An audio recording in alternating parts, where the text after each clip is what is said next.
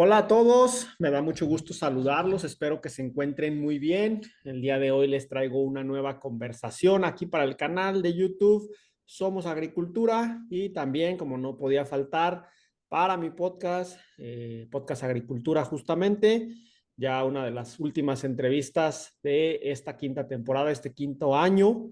Y el día de hoy, en esta ocasión, me acompaña mi papá, el profesor Aurelio Bastida, que es quien ha participado más aquí en el podcast desde el inicio del mismo. Hola, papá. Buenos días, ¿cómo estás? ¿Cómo te encuentras?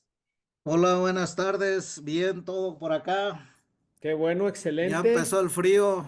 Ah, no, pues abrígate porque por ahí en Texcoco, en Chapingo, en invierno sí que hace bastante frío. Recuerdo mis años de estudiante por ahí. Así es. Bueno, pues oye, el día de hoy vamos a hablar sobre el tema tecnológico, implementación tecnológica, niveles tecnológicos, nuevas tecnologías aplicadas al agro y todo esto. ¿Por dónde quieres comenzar?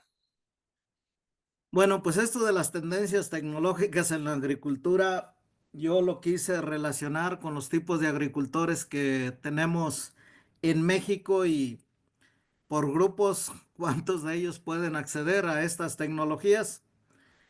Y es que actualmente siempre hay personas inquietas y otro profesor de por acá, el profesor Noriega. Por ahí de repente me regaló una una camisola de su proyecto que decía, pues, cosas más, cosas menos, tecnología 5.0 y dije, ah, caray, esta es tecnología digital o de qué se trata.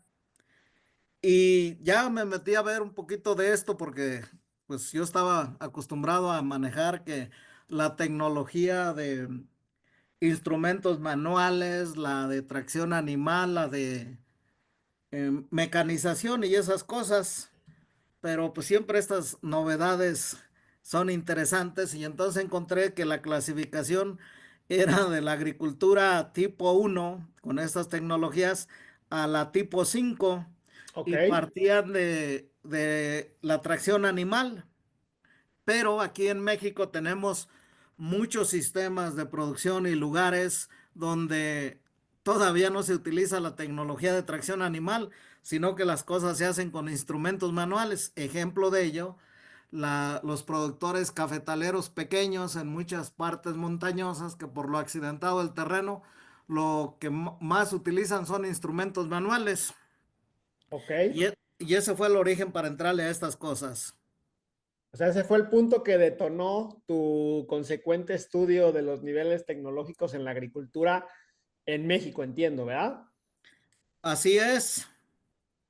Ok, excelente. Entonces, pues estamos hablando desde el nivel más básico, que es utilizar las herramientas manuales, o sea, ya ni siquiera animales de tiro, hasta el nivel más alto, que me imagino que ya es el tema de automatización, la ciencia de datos, e incluso ya por ahí el tema de la inteligencia artificial, pero pues entre uno y otro extremo me imagino que hay mucho que comentar, así que empiézale.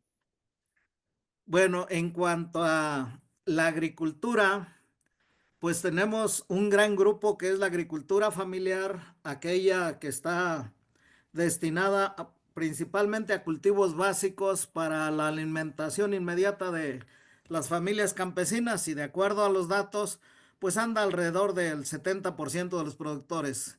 De alrededor de 5 millones de productores, el 70%, un poquito más de 2 millones, perdón, de 3 millones, por ahí así más o menos, estarían en este tipo de agricultura. Luego la agricultura empresarial o moderna que anda pues alrededor de el 20%. Aquí tenemos los empresarios pequeños, medianos y grandes y entre todos pues andan completando por ahí 1 millón de productores. Además hay que señalar que de estos solo unos 20,000 son empresarios agrícolas y probablemente sean los que den trabajo a los egresados de las distintas carreras de agronomía. Y entre medio pues se va a encontrar una agricultura transicional entre el sector empresarial y la agricultura familiar, y así le llaman, eh, agricultura transicional. La principal característica de la empresarial es que se produce para el mercado. Entonces la transicional pues es entre aquella que produce para alimentar a la familia y la que produce para vender para los mercados, sobre todo los mercados locales. Ok.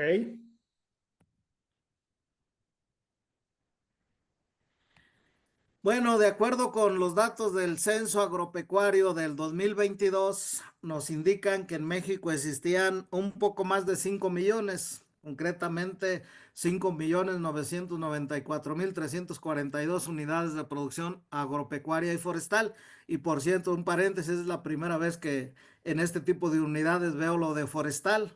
O sea, antes en los análisis nada más aparecía que agropecuario. Agropecuario principalmente, ahora ya empiezan a considerarlo forestal.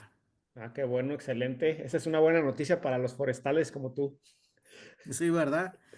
Y que de estos el 26% desarrollaba la agricultura en riego y el 74% en temporal. Entonces es interesante, lógicamente, que la actividad forestal pues se da principalmente en condiciones de temporal, aunque el crecimiento de los árboles es diferente al de los cultivos agrícolas. Así es, totalmente de acuerdo. Y que en las actividades agropecuarias y forestales se empleaban un poco cerca, más bien cerca de 27 millones de personas. De estos 22, casi 23 millones eran hombres y 4.3 millones eran mujeres. Aquí también hay que hacer una aclaración en cuanto a la participación de las mujeres en las actividades agrícolas.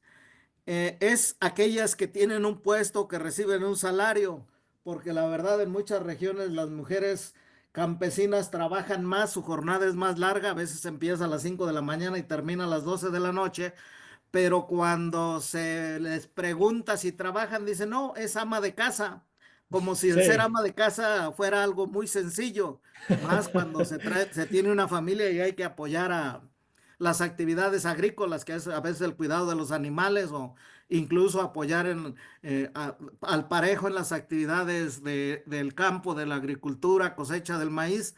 Y bueno, pues esa es ya la segunda jornada, porque ya empezaron desde muy temprano para hacer la comida, el desayuno, el almuerzo y todo lo demás. que ese tema de la falta de visibilización del trabajo de las mujeres en el agro es todo un tema, ¿eh? Como dices, de repente participan muchísimo, pero no tienen una consideración y se les encasilla justamente como amas de casa, cuando son a lo mejor incluso no solo las que están ayudando en la producción, sino luego las que están vendiendo o comercializando o intercambiando los productos. Así es, ojalá y que en este sexenio ya que tenemos una presidenta, pues todas estas cosas se corrijan y ya se dé el debido reconocimiento a este esfuerzo que realizan las mujeres del campo. Ojalá que así sea, ya veremos cómo nos va en este sexenio. Bueno, y otra de las cosas que me llamó es que el 73% de los productores tienen más de 45 años y los que están en el rango de 65 o más años representaban pues el 27%. Nos habla de una población envejecida. En este caso, una población responsable de la producción de alimentos en México envejecida, ¿no? Así es. Y bueno, aquí hagamos un paréntesis, papá, porque quiero justamente saber cuál es tu perspectiva del recambio generacional en el agro. Tú, obviamente, todos los días estás rodeado de muchachos, de jóvenes, estudiantes de carreras universitarias y bueno, también incluso a nivel preparatorio, medio superior. ¿Cómo ves tú el tema del recambio generacional en el agro? ¿Es algo que debe preocuparnos? ¿Se ve que viene ahí el recambio y en algún momento llegará o qué va a pasar? Está ocurriendo. Un poco al final trataremos esto, pero ahorita te adelantaré que ese recambio generacional tiene un componente urbano importante. Ok, Están regresando algunos jóvenes que estudiaron lo que menos te imaginas, filosofía o lógica o cosas, arte, cosas que no tienen nada que ver con la agricultura. Están regresando al campo, algunos con los familiares, y muchas veces es con el abuelo, y al que el abuelo le dejó la tierra anda en Estados Unidos. Entonces, hace mucho tiempo yo vi a esta situación de que de repente uno encuentra aquí entre los estudiantes que aquellos que vienen del campo son los que menos tienen la actitud de querer regresar al mismo. Claro que los entiendo porque pues las privaciones y carencias que pasaron en sus lugares de origen a lo mejor no es incentivo para que regresen, sienten que van a regresar a lo mismo y quieren quedarse.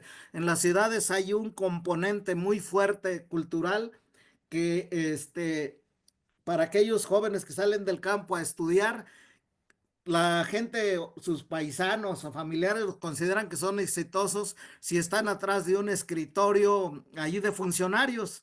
Alguien que regresa a decirles vamos a mejorar la siembra de maíz o lo demás, pues lo ven como un fracasado. Dicen, pues ¿qué no te fuiste a estudiar?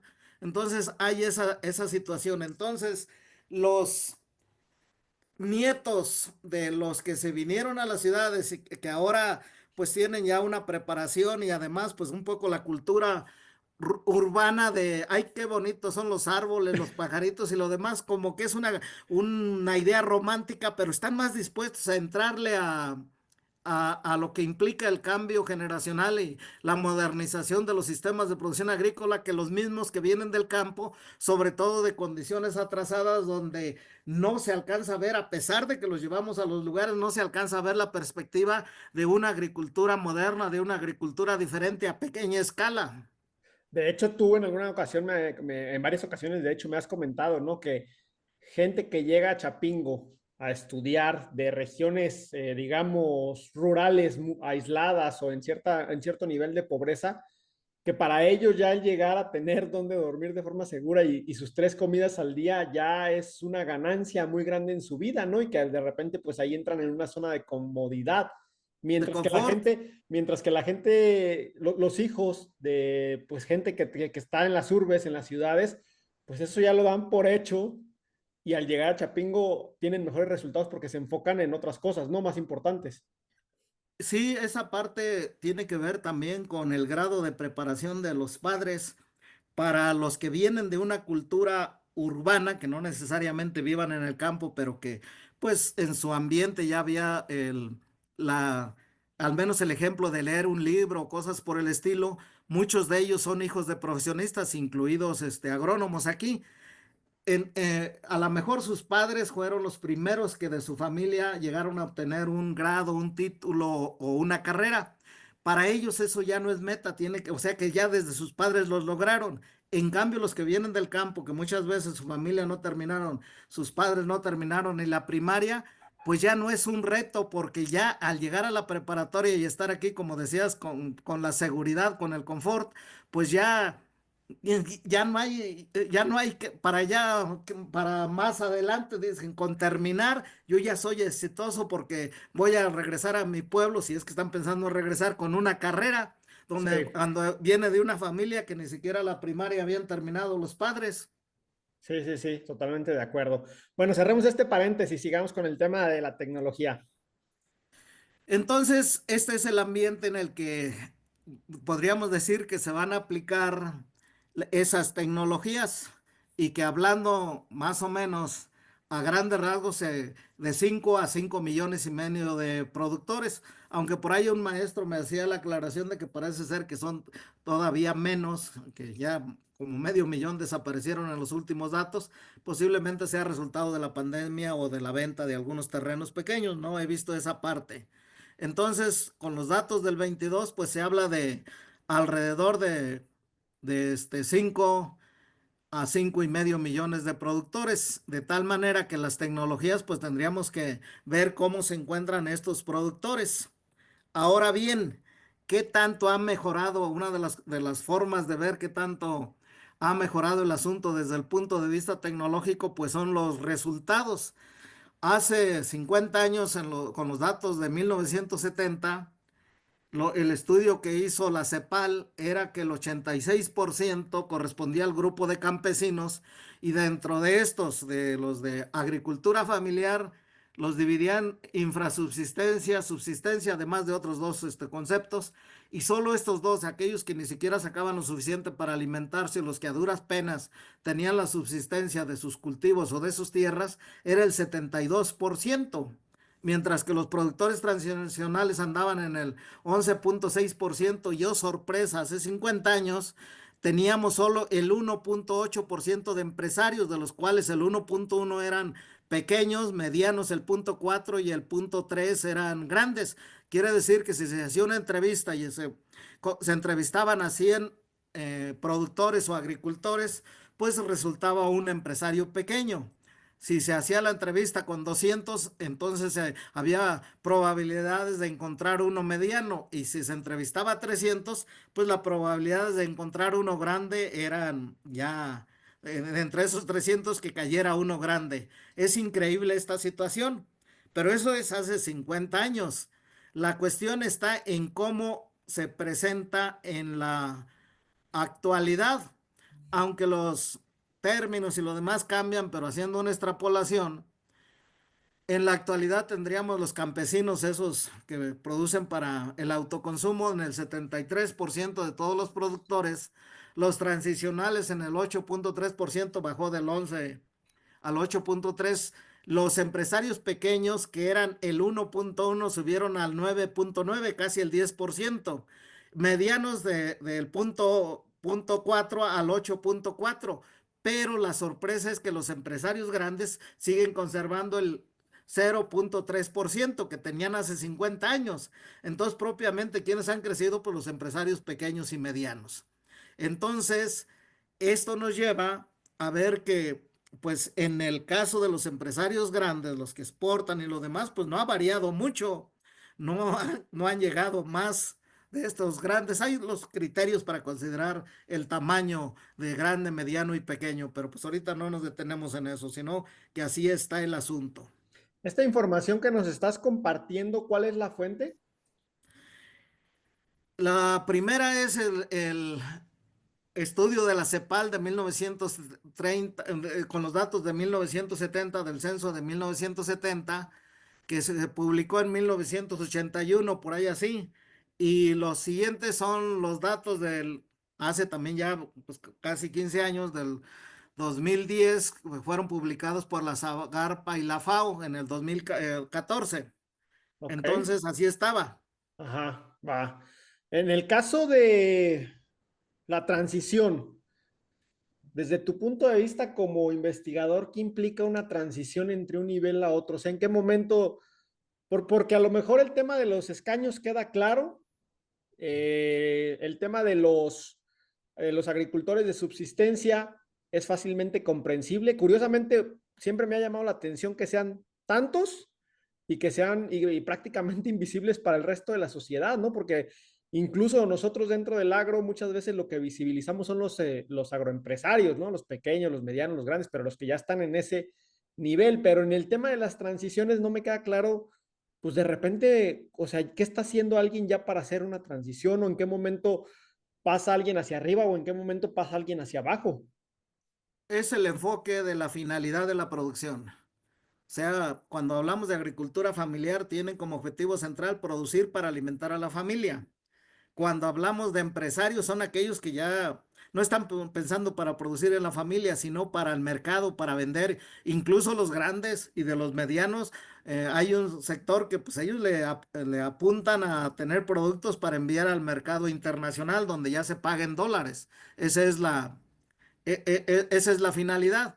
Y entonces aquellos que andan allí, digamos, por sus condiciones económicas, entre estos dos niveles es a los que se considera productores transicionales, que lógicamente lo más seguro es que vayan hacia arriba pensando en producir ya no nada más para alimentar a la familia, sino para vender.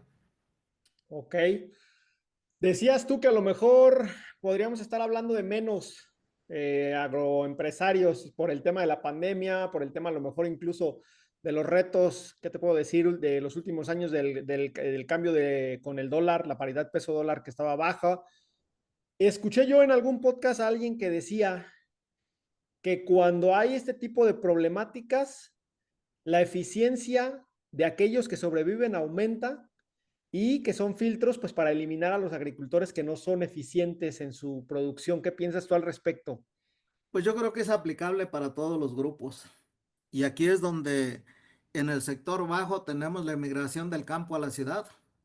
Entonces, esto que señalaba mi compañero de que el número de productores se ha reducido, pues es probable, por ejemplo, allá por donde yo nací, hace algunos años que andábamos asesorando a una empresa de restauración, encontrábamos que había, concretamente platicamos con una persona que decía que parecía terrateniente, que él estaba a cargo de la parcela suya, de la de su hermano, de la del primo, de la del compadre, porque todos andaban en Estados Unidos, decía, y quieren que, me dicen, pues, ay, tú trabajas, no me da tiempo ni de trabajar lo mío. Entonces, parte de eso puede ser esta situación. Ahora, en el otro extremo, en los empresarios, pues allí ya es el mercado y efectivamente es la eficiencia. Pero en el sector que va enfocado hacia lo familiar, pues son otros eh, las motivaciones, los parámetros que habría que aplicar, porque no se trata de una eficiencia, sino más bien de tener los productos suficientes para la familia. Y si no los tengo, pues a lo mejor ahí estaría la ineficiencia, pero la salida es la emigración del campo a las ciudades, del campo a la industria, del campo a los servicios, y un alto porcentaje, pues eso se va a la construcción de casas. ¿Podría la agricultura convertirse en las siguientes décadas en un sector donde quienes se queden puedan hacer mucho dinero? Porque pues si cada vez más gente se sigue yendo a las ciudades y menos gente es responsable de producir el alimento para todos, pues ahí debe haber una oportunidad de negocio en el futuro, ¿no? Mira, para que haya negocio tiene que haber mercado. Al menos aquí en esta parte, con las comunidades que yo estoy estudiando, forestales, ellos ya están en ese plano haciendo negocio. ¿Por qué? Pues se unieron o ya están trabajando en común, y el negocio, pues es el mercado interno, y aquí como está la Ciudad de México cerca, donde creo que ya en toda el área conurbado, pues ya se supera los 20 millones de habitantes. Hace tiempo se decía que era un cuarto de la población. Este mercado sigue creciendo y sigue demandando productos. Entonces, estos ejidos que estoy estudiando, pues ellos allí ya hablamos de que tienen una especie hasta de reparto de utilidades, solo por el aprovechamiento forestal, por ejemplo, de alrededor de 16 hectáreas cada año. Pues ellos andan sacando entre 4 y 5 millones de pesos. Ponle que la mitad o un poquito más sea de gastos. Al final, a ellos les anda quedando mínimo 1 millón de pesos, que una parte la reinvierten y otra parte se la reparten. Pero por ejemplo allí es nada más del aprovechamiento del bosque, porque también tienen su aserradero y allí probablemente hasta les queden más ganancias, de tal manera que cuando por allí ya en confianza me dijo alguien, dice, bueno, es que yo el año pasado recibí alrededor de 30,000 pesos nada más por ser ejidatario a finales del año, algo así como un aguinaldo. ¿En qué otro lugar de México los ejidatarios tienen aguinaldo? Entonces, el mercado existe, nada más que en este caso de los productores pequeños tienen que organizarse. Ok, el tema de la organización lo vamos a tocar más adelante. Es un tema que siempre se pone sobre la mesa, pero creo que al final de cuentas algo sigue faltando, ¿no? Porque pues dices, bueno, si la organización es el camino, ya nos lo ha mostrado también incluso en el lado hortofrutícola a PEAM, los de Emex, a Neverris, en el lado ahí de los invernaderos, pues también a lo mejor hay ahí su industria que es medio cerrada entre ellos, o sea, se apoyan entre ellos, puede ser, pero aquí la cuestión en este caso sería, ¿cuál es el papel que juega la tecnología en el desarrollo de estas comunidades? O sea, al final, ¿qué es una baja tecnología? ¿Qué es una media? ¿Qué es una alta? ¿Qué es una super alta? ¿Cómo la implementan? Bueno, en esa parte que señalas de la organización, en realidad quienes están organizados son los empresarios. Yo conozco un poquito más de cerca la organización de los que exportan hortalizas por lo de los invernaderos. Ellos se han organizado para resolver una serie de problemas, porque el que crea que arriba los empresarios no tienen problemas, pues está equivocado. Y esa es Ok, una de las cosas que les señalo a mis estudiantes. Cuando ustedes salgan van a resolver problemas, porque si no van a resolver el problema a alguien, pues no los necesita. Pero regresando a lo que tú señalas, bueno, lo primero es que hay que ver hacia dónde apunta el desarrollo tecnológico en la agricultura, y que lógicamente pues es en la parte más avanzada. Tenemos desde los sistemas de información geográfica, la teledetección con satélites y nanosatélites, los sistemas de posicionamiento global, el uso de la robótica, la automatización, los drones, los sensores inteligentes para la toma de datos, donde precisamente los drones están jugando un papel importante. Se dice, y ya por ahí hay ejemplos de maquinaria autónoma, son aquellos tractores o vehículos que ya no necesitan de un conductor, de un chofer, sino que ya están manejados a través de programas de computación, programas incluso inteligentes. En eso tenemos pues también la tecnología móvil en celulares, tabletas y computadoras portátiles, pero también entra la biotecnología y la ingeniería genética y algo que por ahí encontré que le llaman el Big Data biológico, que tiene que ver con todo esto del mejoramiento genético. La producción de incluso de productos agrícolas y de la ganadería in vitro a través del cultivo de células en laboratorios, pero también tenemos algunos otros elementos como la agricultura más natural, los insumos que tienen que ver con la agricultura orgánica y todo eso. La trazabilidad, que eso ya es más en la cuestión de la comercialización o de la cadena de suministros, el blockchain. La aplicación del Internet a la agricultura, el comercio agroalimentario en red, que es el e-commerce agroalimentario, la economía compartida, donde implica esto, lo encontré que en España ya es relativamente común en algunas regiones donde se compra una maquinaria por parte de alguien que tuvo la posibilidad de ello, pero está sobrada para sus predios, entonces mediante una plataforma la renta en una temporada y así los que no tienen maquinaria pues tienen la posibilidad de trabajar sus tierras hasta las granjas verticales y los cultivos de interior, como los que estuvo trabajando tu hermana. Y bueno, pues allí ya estamos entrando en el terreno de la inteligencia artificial en la agricultura. Esto es lo que tenemos, digamos, como partes de avanzada. Ok.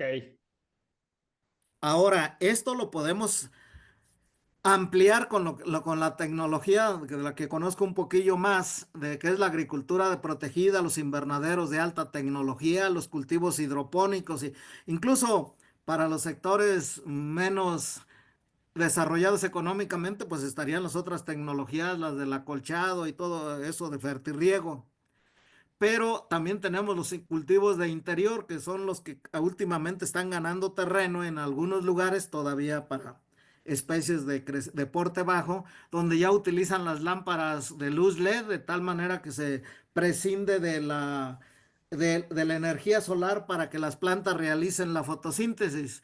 Incluso el uso de rayos láser para el control o eliminación de algunas malezas, que es lo que ya por ahí se encuentra.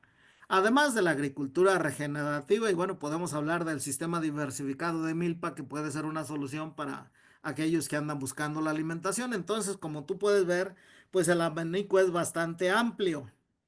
Así es, de hecho, muy, muy amplio.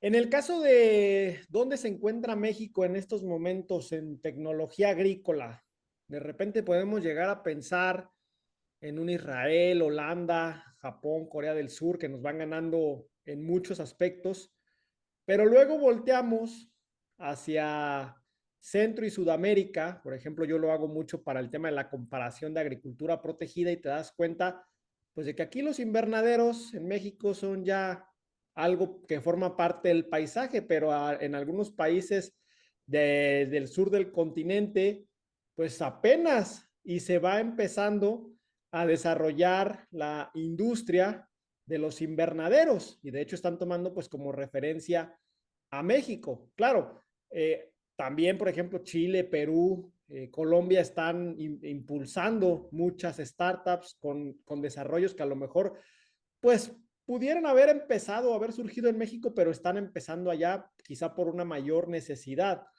¿Dónde se encuentra México en comparación con el resto del mundo? ¿Qué nos falta? Mira, eso es algo que en mi época le llamábamos el desarrollo desigual y combinado. Y yo creo que este concepto es muy aplicable para esos países y para México. En una misma región podemos tener de la agricultura más desarrollada hasta aquella que se hace con las manos, con los instrumentos manuales.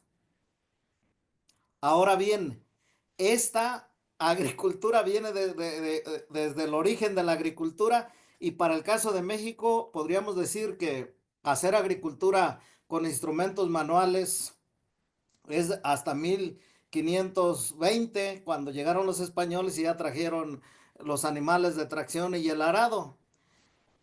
¿Cuál es la característica de estos instrumentos? Pues que eran de piedra, de madera, de barro, de fibras textiles, mientras que los que llegaron con la tracción animal, pues ya utilizaban en alguna parte las rejas del arado de acero o de fierro. El elemento central para esto pues son los animales de trabajo y los arados y las carretas. Y eso lo tenemos desde la época de la colonia.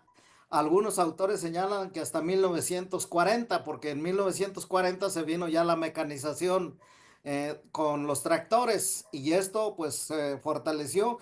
Hablar de las siguientes agriculturas es ya para los años relativamente recientes. La agricultura de precisión, 1990, según algunos estudiosos, la agricultura digital, que ya conlleva otros elementos, pues es por ahí, pues también a partir del año 2000 y actualmente se estaría en la agricultura desarrollada mexicana, en la agricultura inteligente, donde ya empieza un poco esto de los sistemas inteligentes para controlar los invernaderos. Ahora bien, Casi no te veo. bien, la de los instrumentos manuales sería la agricultura 0.5. La de los instrumentos de tracción animal sería la agricultura 1, la agricultura 2 sería la agricultura mecanizada, la 3 es aquella de la de precisión, la 4 es la agricultura digital o conectada y luego la inteligente pues sería la agricultura 5.0 que fue un poquito lo que por ahí me apantallaba a mí. Es que muchas veces cuando hacemos referencia a este desarrollo tecnológico en función de la computación, pues no nos dice mucho, pero no nos dice nada. Entonces todo esto lo tenemos en México, quiérase que no. Sí, sin duda, exactamente. Entonces, los que van en la 6.0 y en la 7.0 están exagerando. Creo que sí, creo que si nos quedamos con la agricultura inteligente cubriríamos todos esos niveles. Es una exageración el andar poniendo, y además lleva poquito tiempo de desarrollo de eso, necesita consolidarse. El andar poniendo cosas como para apantallar al prójimo, pero en realidad estamos presentando algo, digamos, novedoso, pues no, lo que estamos haciendo es algo que todavía no se ha consolidado y que lo podemos meter en la agricultura inteligente pues agregarle dos o tres elementos más y decir que ya vamos muy arriba. ¿Por qué en la agricultura la adopción tecnológica a veces se detiene? Y quiero poner aquí el ejemplo de los invernaderos. Cuando empezó el boom de los invernaderos en México, pues había ciertas limitantes climáticas de plagas y enfermedades y varias décadas después esas limitantes no han mermado, sino que han aumentado, pero parece que en los últimos años se ha detenido el tema del crecimiento de superficie de invernaderos en México, cuando la necesidad es mayor que nunca. Y es una tecnología que ha probado su valía, sus resultados. ¿Por qué hemos topado con pared en ese aspecto? Yo creo que por lo que está pasando en Estados Unidos. En realidad ese desarrollo tecnológico que se impulsó fue para cubrir el mercado de exportación hacia Estados Unidos. Llega un momento en que esto queda cubierto o se cubre, porque ellos también tienen su propia tecnología y están produciendo sus propios alimentos, de tal manera que ya no hay tanto ese incentivo. ¿Puede seguir creciendo? Pues sí, es finalmente una competencia y entonces se trata de ganarle, ser más eficientes y ganarle, por ejemplo, a los que abastecen a a la Unión Europea y que son principalmente algunos países de Asia, pero más que nada algunos africanos. Entonces se trata de eso, que de repente el mercado ya no sigue creciendo como parecía que crecía en décadas pasadas en forma exponencial. Ok. Esa es fundamentalmente una de las razones. Ok, y en el tema de tus experiencias con comunidades rurales, con ejidos, con, con este tipo de gente organizada, te quiero preguntar la cuestión de cómo venderles una solución, porque de repente yo veo gente que trae muy buenas soluciones, sean productos o servicios, pero no logran convencer a los agricultores y tú dices, oye, este agricultor necesita esto para mejorar, pero por nada del mundo lo compra. Bueno, Tú has trabajado con estos agricultores desde cerca. ¿Cómo hay que convencerlos? yo creo que tú estás refiriéndote y lo has visto entre los empresarios pequeños. Ajá, Es allí donde dices, es que esto lo necesita, pero no lo entiende. sí, Bueno, te diré que eso todavía es más interesante con los que no son empresarios, sino con los otros que están pensando en producir para alimentar a la familia. ajá, Y allí es donde podríamos decir el otro aspecto. Tú te referías a aquello de soluciones tecnológicas, pero yo quiero señalarte que los programas que se implementan no pegan allí entre este grupo de gentes porque no están cubriendo sus necesidades inmediatas. Y además son propuestas parciales. De repente llegan con el proyecto de hacer letrinas, bueno, puede ser que sí se deba adoptar, pero luego el de dar tinacos o el de llevar algunos sistemas hidropónicos, y son como si alguien que estuviera enfermo de cáncer, valga la comparación, le estuvieras dando mejorales. Hay que ver qué es lo que requiere. Y entonces, eso es lo que estoy trabajando precisamente. Son comunidades que ya están organizadas, pero por ser campesinos y a veces, bueno, en uno de los ejidos hay un agrónomo, un forestal, en el otro está un licenciado, alguien que estudió leyes y pues su participación es invaluable, pero no hay muchos profesionistas como para ver hacia el futuro. De tal manera, y crear empleos, crear empresas. Y bueno, pues eso es un poquito mi papel. De tal manera que en esta situación los entes exteriores, los representantes del gobierno, los investigadores y lo demás, pues deben hacer propuestas, pero quien debe tener el poder de decisión de qué quieren y qué adoptan son los empresarios, perdón, son los campesinos, son los productores. Yo creo que lo mismo es válido para el caso de los empresarios pequeños. Se tienen que hacer estudios y decir, bueno, así te encuentras, así estás analizado, esto es lo que requieres. ¿Por dónde consideras que te puedes ir? Porque a veces son trabas tecnológicas de decir, pues es que yo no entiendo eso, yo no manejo la computadora y tú me estás poniendo que la solución del riego implica que yo me ponga a manejar una computadora, cosa que no sé. Pero bueno, allí se trata de, además de decirles, como decíamos en nuestro tiempo, de decirles la solución, hay que darles el trapito, decir, no, y aquí se trata de que alguien, que puede ser tu hijo que está estudiando comercio, que está estudiando otra cosa, él sí es un poco experto en esto y entonces sería quien debería ayudarte. O sea, tenemos que dar el paquete completo incluso, y en eso tenemos que pensar cuántos empleos más voy a generar. Y lógicamente que para que se genere ese empleo, pues debe aumentar la producción para poderle pagar eso y para que para el técnico que va a hacer eso y para que el productor tenga incentivo en seguir haciendo las cosas.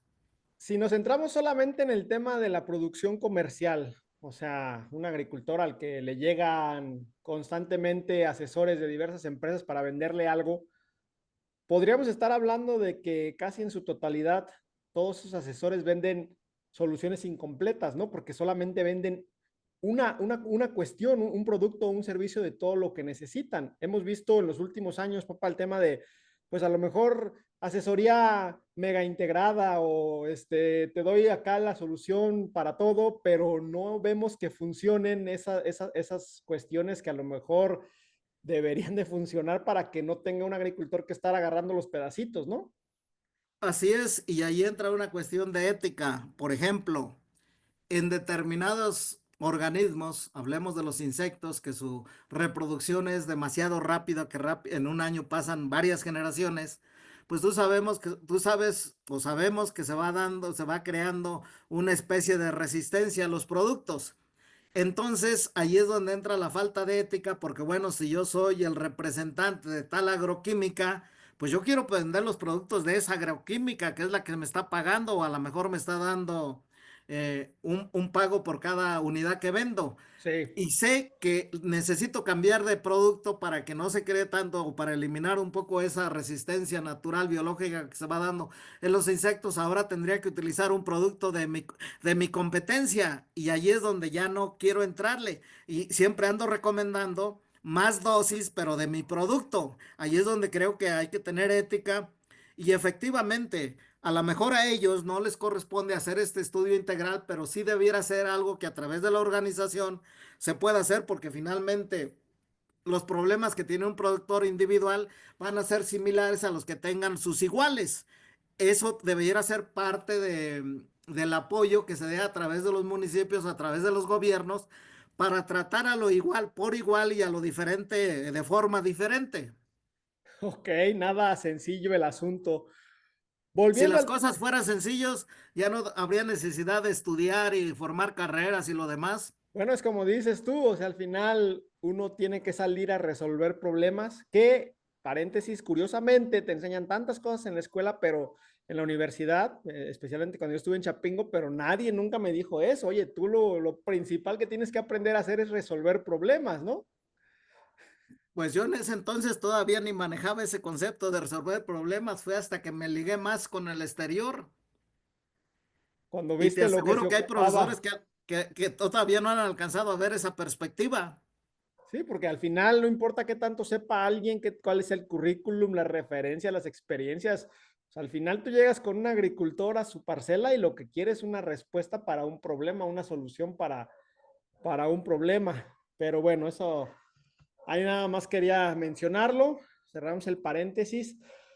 Volvamos al tema de la organización. No te veo, ¿eh? Aquí estoy. Volvamos al tema de la organización. Si sabemos que la organización es la clave para mucha mejora en el agro, ¿por qué no logramos organizarnos más? Alguien me preguntaba, una persona de marketing de una empresa muy grande, que ella está radicada en Florida, en Estados Unidos, me decía que le sorprendía, bueno, ella es originaria de México, se fue a trabajar para allá y me decía que le sorprendía la cantidad de boards o de grupos agrícolas en Estados Unidos. Cada cultivo tiene su junta, cada región tiene su junta para diferentes cultivos. O sea, están muy, muy organizados y me decía que le sorprendía todavía más el poder de cabildeo que tenían para con el gobierno y lo comparaba con México y decía, bueno, es que si le preguntamos a la gente del agro, organizaciones, pues las mismas, ¿no? APEA, Memex, Aneberris, y son son las tres que yo siempre menciono, pero no hay como que puedas mencionar mucho. Antes podías mencionar a lo mejor los sistemas producto, que ahorita parece que están en el abandono, no sé qué vaya a pasar ahí, pero ¿por qué no nos podemos organizar más si por ahí está la solución a muchos problemas? Mira, no podemos decir que es una sola causa, son muchas, desde la cultural, pero yo creo que en gran parte han contribuido, mm, o quienes deberían contribuir a esto, pues son las escuelas de agronomía. Sin embargo, se da una formación individualista, se da una formación incluso parcializada. A mí todavía me llama la atención que cuando vemos estos, tanto profesores como estudiantes de mecánica, creen que el problema se va a resolver con la mecanización del campo, los de irrigación con el riego, los de fitotecnia pues son un poco más amplios, los de ganadería pues sienten que el bosque les estorba para meter más ganado, en fin, no vemos el problema en forma integral y es que nuestra formación pues es precisamente de esa manera, nada, es como una especie de tu formación en una especialización es como ver a través de una ventanita y nada más de esa ventanita. Y la verdad es que afuera, pues se requiere, al menos para la agricultura campesina, se requiere tener una visión más amplia. En el caso de la agricultura empresarial no es un problema porque finalmente hay alguien que coordina, es como aquella orquesta o sinfónica que toca muy bien, pues cada individuo toca su instrumento, pero hay quien lo dirige. En el caso de la agricultura empresarial, pues es el gerente, el director o quien esté encargado de eso es el que se encarga de la dirección y que todo funcione bien. Y entonces, si requiere análisis de suelos, pues no va a contratar a uno de producción animal, sino que a un suelero, alguien que le resuelve esa parte. Pero él o su equipo con el que está asesorado son los que integran esas partes. Si tiene problemas de comercio, pues va a contratar a alguien que tenga experiencia en esas partes o que se haya formado en eso, de tal manera que por eso funciona. Y a veces también hay una serie de situaciones que no es tan fácil llevarlas a cabo, pero imagínate con gente que está en el campo y que su perspectiva es corta, que además piensan, como yo en su momento lo pensaba, que el mundo era pues siempre igual al que yo conocía, hasta que empecé a viajar por todo el país, gracias a Chapingo, pues me di cuenta que no, que desde el punto de vista cultural, geográfico y lo demás hay muchas condiciones de tal manera que en este caso tendríamos que plantear soluciones integrales a esa problemática y eso no queda más de otra que estudiar a partir de los grupos grandes o de comunidades para decirles esto es lo que, como te encuentras, puedes llegar hasta acá de esta manera, pero les corresponde a ustedes. Incluso aquí va a haber la necesidad de, si requieres un centro de salud, pues vas a ver la necesidad de alguien de medicina, de enfermería, pues plantea lo que algunos de los hijos de tus avecindados y demás, o de gente que vive acá, pues a lo mejor le gusta estudiar eso y decirle, bueno, pues una vez que estudies, aquí está un puesto de trabajo esperándote. Muchas veces también nos vamos con la idea de lo que se gana en el puesto, pero hay cosas que luego no analizamos. Eso nos lo señalaba precisamente un productor forestal en Pueblo Nuevo, nos decía, cuando yo estaba trabajando allá en la Ciudad de México en una empresa de repartidor de refrescos, pues ganaba mucho más, pero tenía que rentar. En la casa se quedaba la señora y los hijos y ellos tenían que hacer comida para ellos, mientras que él tenía que irse a trabajar y pagaba pasaje, tenía que comer por allá, era doble gasto. Entonces resulta ser que cuando veía lo que ganaba y lo que le quedaba, pues cuando él analizó esta situación y se regresó a trabajar a su pueblo, dice, ahora no tengo que pagar transporte porque aquí mismo trabajo, no tengo que vivir rentando porque aquí está nuestra casa y además regreso a comer en la familia a la larga o más bien con los meses y el año, pues resulta ser que me queda más aquí que de lo que me quedaba allá porque todo me lo gastaba. Entonces muchas veces es así, de decir, en tal lugar me van a pagar tanto, sí, pero tienes que trasladarte, tienes que rentar, tienes que comer, en fin, todo eso no se analiza y uno nada más se va, incluso los estudiantes, porque en tal lugar me van a pagar más, pero a lo mejor los gastos sean mayores. Claro, interesante ese punto. La verdad es que yo creo que mucha gente no considera eso. Al final dicen que la riqueza se genera con lo que te queda a final de mes. No se trata de que ganes mucho y gastes casi todo, sino de que a lo mejor ganes menos, pero gastes muy poco y te quede la mayoría. Para finalizar, ¿algún comentario final que quieras hacer para cerrar esta conversación? Pues mira, sobre esta cuestión de los niveles tecnológicos, ¿qué es lo que se requiere? Para la agricultura esta de 0.5 a 1, que es la de instrumentos manuales y tracción animal, pues que está en los sectores más bajos, que es la tecnología más baja.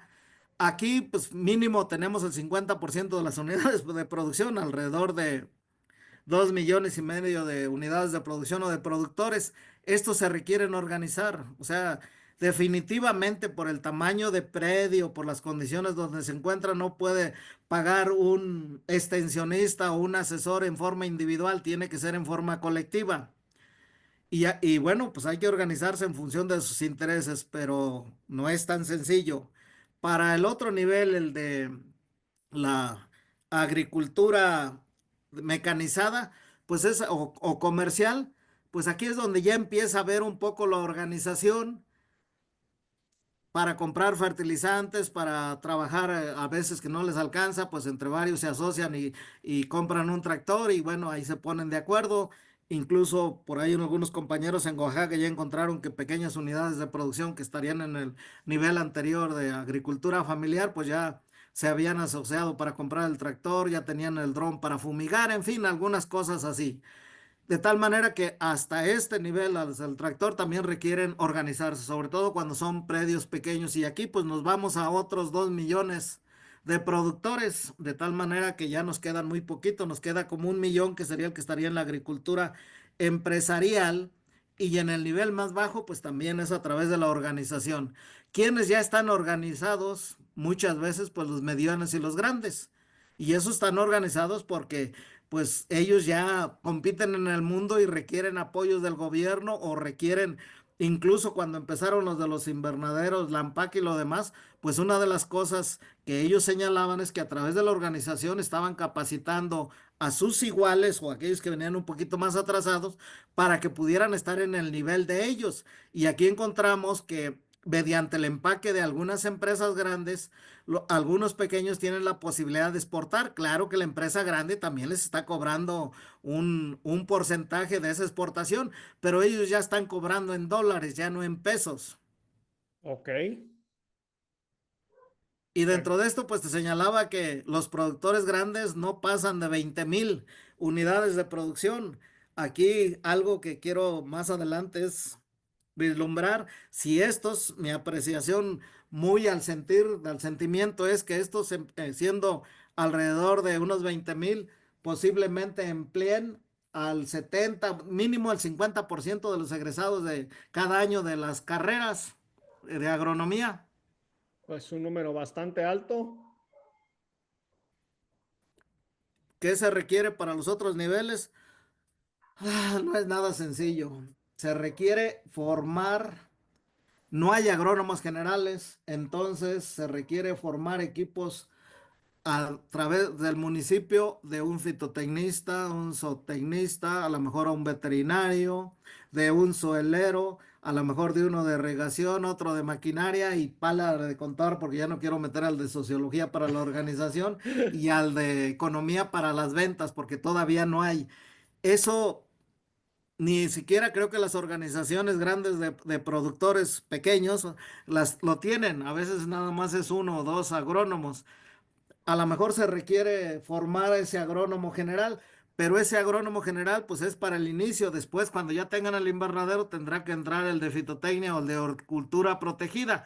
Entonces, habría que ver, o sea, no se trata de regresar y decir es que se requieren agrónomos generales, sí, sí se requieren, pero también se requieren los especialistas porque el a ir avanzando en la tecnología requiere especialistas. Y aquí una de las conclusiones importantes es cómo andamos en el promedio nacional en uso de tecnologías, andamos muy bajos.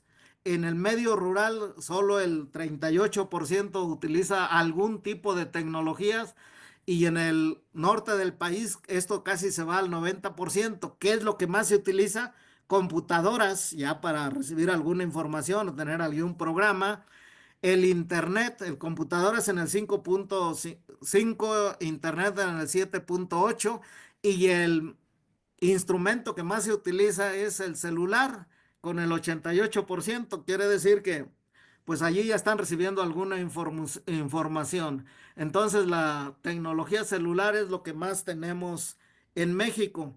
Pero esto va de la mano con la preparación escolar. El 57% de los productores no han alcanzado el nivel de primaria y de allí se viene hacia abajo para los siguientes niveles.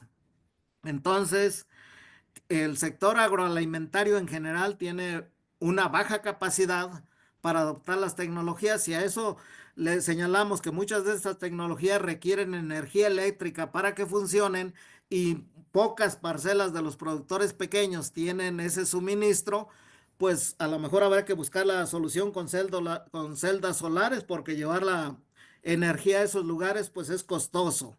Entonces, la parte positiva o la parte optimista, pues es que los jóvenes no solo los que estudian agronomía, sino informática, programación, administración, mercadotecnia, electrónica, robótica, mecatrónica, pues ahí hay un sector importante en el que se pueden desarrollar en todos los niveles. O sea que habría que ir abriendo, digamos, señalando para los jóvenes esta posibilidad de que en el campo también se pueden desarrollar y a lo mejor sean estos los nietos de los que hace tiempo dejaron el campo. En la actualidad, según los datos, los jóvenes mexicanos en el agro apenas representan el 11%. Ok. Todo esto que mencionas es bien interesante porque a veces llegamos a pensar desde las empresas que simplemente tenemos que encontrar las palabras adecuadas o el mensaje adecuado para que nos compren lo maravilloso que vendemos, pero pues ya puntualizaste aquí, a veces es un tema que va más allá, que es el tema de infraestructura. Oye, pues si no hay electricidad, si no hay internet, pues aunque tengas la mejor solución del mercado en esto, pues ni cómo implementarla, ¿no? También pues está por ahí el tema de aprendizaje y educación. Oye, si traes la mejor solución, pero pues no la saben manejar un agricultor o varios, pues no te la van a comprar básicamente porque pues, no tienen cómo, ¿no? Aquí está como la importancia o aquí yace la importancia de educar sobre la solución que traemos, ¿no? Sí, eso yo lo he visto en muchos lugares. Normalmente cuando se compra algo y no se dan las instrucciones de cómo utilizarse apropiadamente, la idea que queda en el productor es que no sirve. Y yo creo que es al revés, a lo mejor el productor no estaba preparado para implementarla, pero ahí los estás vacunando por décadas. No, no, eso no sirve. Y eso lo recuerdo de cuando yo entré a Cachapingo, que le empecé a platicar a mi padre que había semillas híbridas o maíces mejorados que producían muchísimo y dice, no, eso no sirve aquí, eso no sirve aquí.